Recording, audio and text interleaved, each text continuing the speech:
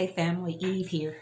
So family, today the video that I'm about to create is a video on Judah again. But this video right here is going to be titled The Real Jew, because we know the name Jew came from the name Judah, the son of Israel, the tribe of Judah. So I'm going to show you in this video who the real Jew is. But before I get started, I want to give all praise, honor, and glory to the Father, the Son, and the Holy Spirit. So family, today this video I'm going to create is going to show you who the real Jew is.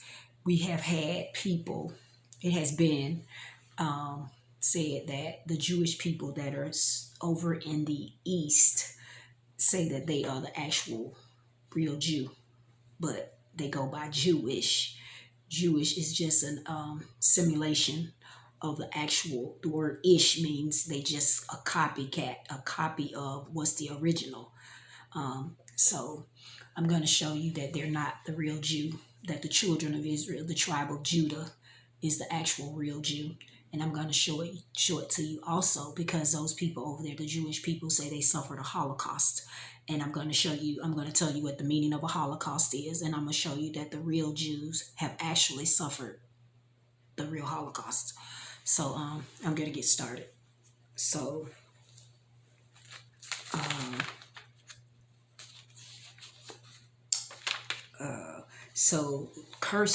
the curses that were placed on us by the Most High because we failed to keep his laws. The curses are the signs upon Israel's seed forever. That's Deuteronomy 28. And it talks about the things that would happen to us when we went into slavery after God punished us for failing to be obedient to him and keeping his laws. And like I said in my other videos, he said if we wouldn't keep his laws, then we would keep the laws of somebody. So he made us fall under these other nations, and we had to serve them because we wouldn't serve him. So not DNA, not family stories, not false histories. The curses can't be faked. So the curses is really what's going to show you who the actual true Jews are, because the Jew is the ones that suffered the Holocaust, the true Jew. So the book of Deuteronomy 28:45 says, moreover, all the curses shall come upon thee, and shall pursue thee, and overtake thee till thou be destroyed. But because thou hearkenest not unto the voice of the Lord God, thy God, to keep his commandments and his statutes, which he commanded thee. Deuteronomy 28:46 says, and they shall be upon thee for a sign and for a wonder, and thy seed and upon thy seed forever. The curses are the signs, not the blessings. The curses cannot be faked. So anybody who try to fake and say that they are actual people, that they're not, and because we suffered these curses, God said these curses would identify us as the real Jew. So because we suffered all these curses and no other nations can say that they suffered these curses, that's our sign. That's a sign that we are the true Jew. So let's continue. So the so-called African Americans have been living these curses for 400 years, and no other people can make the claim. Nobody, no other nation ever in all history can say that they suffered the curses or the things that happened to the sons of Judah, or the descendants of Judah, the true Jew. In Revelations 2:9 it says, I know thy works and tribulations and poverty, but thou art rich. I know the blasphemy of them which say they are Jews and are not, but are the synagogue of Satan. God said these people are evil, that they have claimed to be a people that they're not. They claim to be a nation that they're not. He says, Revelation 3:9 says, behold, I will make them of the synagogue of Satan, which say they are Jews and are not, but do lie. Behold, I will make them to come and worship before thy feet, and to know that I have loved thee. So there you go right there. God said these people claim to be Jews, but they're not. So he's going to actually make these people who claim to be the Jew to worship at the feet of the real Jews. Meaning he's going to make them our enemy. They're going to worship us. He said he can make your enemy your footstool. So they're going to worship at our feet. The meaning of the word Holocaust is destruction or slaughter of a people or nation on a mass scale. A massacre, deliberately and violently kill a large number of people. So there you have it. A Holocaust is the destruction or slaughter of a people or a nation on a mass scale. Who do you know have been slaughtered continuously and killed continuously by police, marshal, sheriff, just by this government, a massive slaughter? Those people who over there in that country that so-called call themselves Israel, or the Jewish that call themselves Israelites, or the Jewish people, they didn't suffer the slaughter we've suffered. We've suffered slaughter for 400 years. Our people have continuously been being killed. I have right here before me, I have different massacres in different states, in different places, all throughout the United States, where they have created, it's been documented in history, in the books, showing the different massacres where our people, and these are only the children of Israel, that has been slaughtered. And I'm gonna show you by, and I titled it "Counting the Dead: Estimating the Loss of Life to in the Indigenous Holocaust from 1492 to right present today." During the 400-year time period when the Israelites were in bondage, they were beaten, dragged, hung, lynched, killed, and made to submit to the evils of man. Also, during this time period, there were other Israelites who made them believe they were fighting for their liberties, and the whole time they were forcing them further into slavery, into bondage. These were what the world called politicians, a person who acts in a manipulative or devious way to typically gain advancement within an organization. One is called the NAACP, the National Association for the Advancement of Colored People. A person who is professionally involved in politics, especially a holder or a candidate for an elected office. I got this book. It's called the Book of Maccabees, and I got this book. It's called the Apocrypha, and the Apocrypha, it has this book called Maccabees. It's got First and Second Maccabees, and in First Maccabees, chapter 1, verse 11 and 15, I'm gonna show you where these politicians, how they allowed their people to be slaughtered for the sake of their own life, where they chose to be politicians and chose to sell their people out just for privilege amongst these other nations. Because they didn't want to go through they wanted to protect their families from being slaughtered and from going through all of these things that the children of Israel went through, like the dragging, the lynchings, and all of those things. So they acted on behalf of all the nation, of the nation of Israel. And they sent us deeper and further into slavery. So let me read to you First Maccabees chapter 1, verse 11 through 15. And it says, "In those days went there out of Israel wicked men, who persuaded many, saying, Let us go and make a covenant with the heathen that are round about us. For since we departed from them, we have had much sorrow." 12 says, "So this device pleased them well." And 13 says, "Then certain of the people were forward herein, that they went to the king, who gave them licenses to do after the ordinance of the heathen. Whereupon they built a place of exercise at Jerusalem, according to the customs in the heathen, and made themselves uncircumcised, and forsook the holy covenant, and joined themselves to the heathen, and were sold to do mischief. Since the Most High," they saying that since the Most High brought us out of Egypt, they love being a slave. They needed someone ruling over them. So they went to maybe the president of the United States, and they wanted to look good to their master. Like they wanted to serve the Gentiles. Now, instead of serving God, they went to these people because they felt like, hey, he brought us out of Egypt, but we feel like we're not gaining enough through God. So they went to man so that they can do after them. So he said they gave them a license to do after the heathen. That's why you got people who now, before you can do anything or do any type of job or have a career, you got to get a license. Be a doctor, a nurse, a lawyer, or cosmetologist, or you got to have a license to do anything. So that's what it says. They went to the king, who gave them a license to do after the ordinances of the heathen. So then they took on the ways of these people. They start living and having life, or while they were dwelling with them, they started doing all the things that these other nations was doing, because they went to the king and he gave them a license to do after them, meaning they were able to work and perform the same task as them, but they still wasn't treated the same.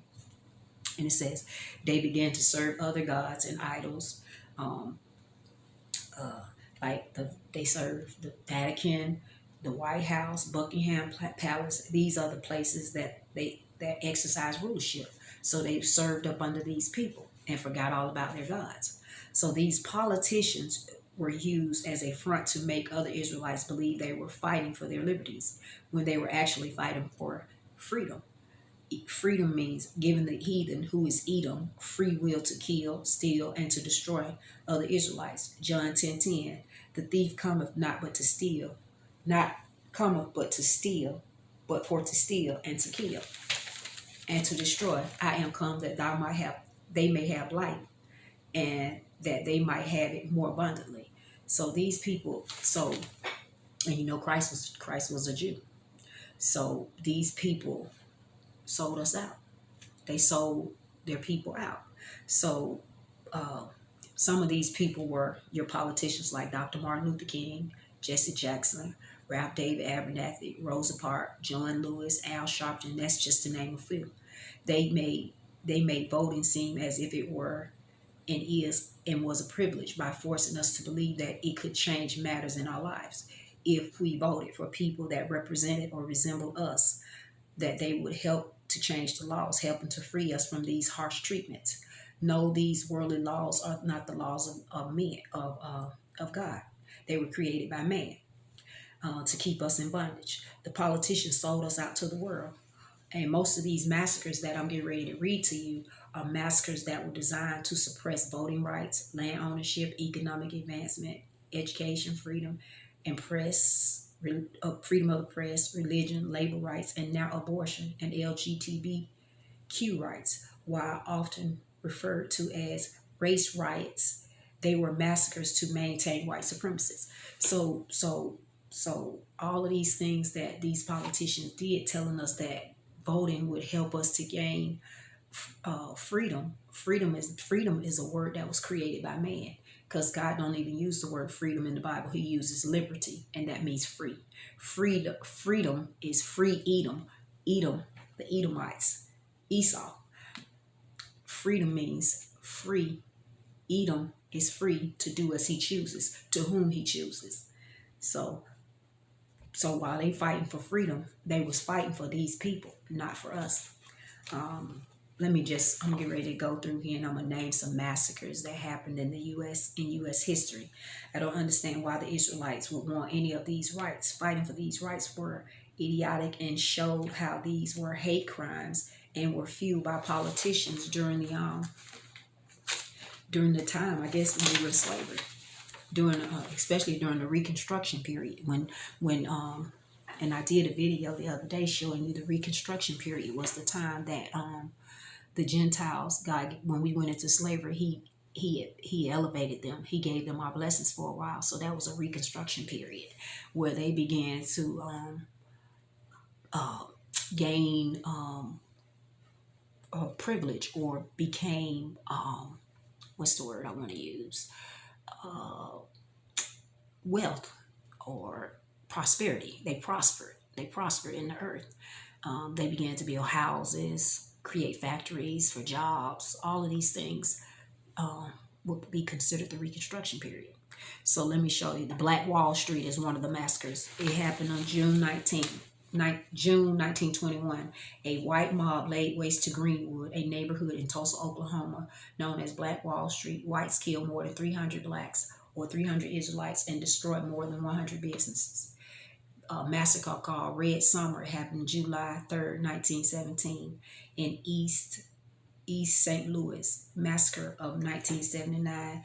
An Israelite Malay half-conscious in the street after being beaten by a white mob during the East St. Louis massacre of 1917. A man tried to get up, and well-dressed white man standing behind him lifted a flat stone in both hands and hurled it upon his neck. On July 1st, reporters witnessed barbaric scenes of white mobs destroying the life of every discoverable black man.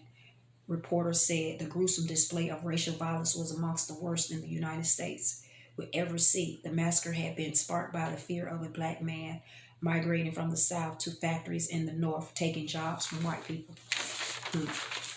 September 1875 is called the Clinton Riot. In Clinton, Mississippi massacre, nearly 50,000 black men were killed by a white mob. December 28, 1872, a skeleton care massacre.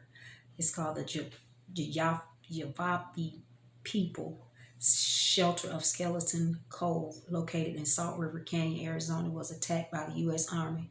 The U.S. forces comprised of about 250 men that included 3 companies of U.S. cavalry arrived in the morning and took up position around the mouth of the skeleton cave, surrounded the Yavi people, and who refused to surrender. The soldiers opened fire and dropped boulders on those who gathered at the mouth of the cave.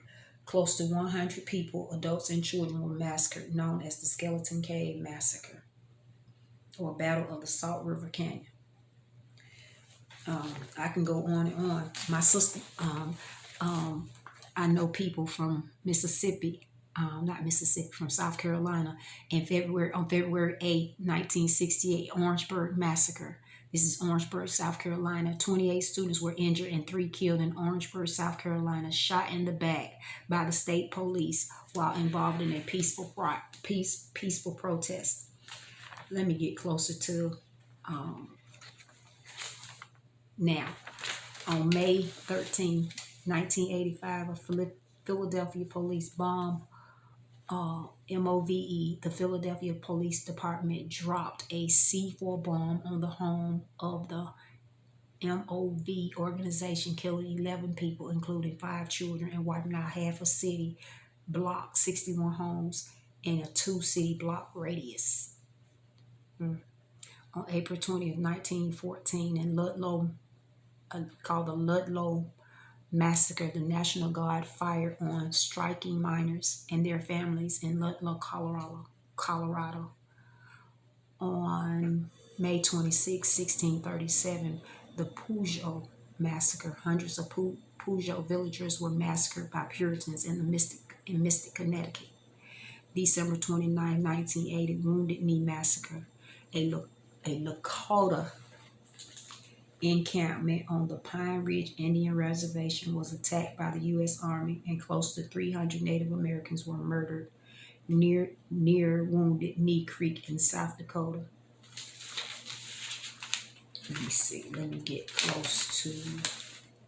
So let me show you here.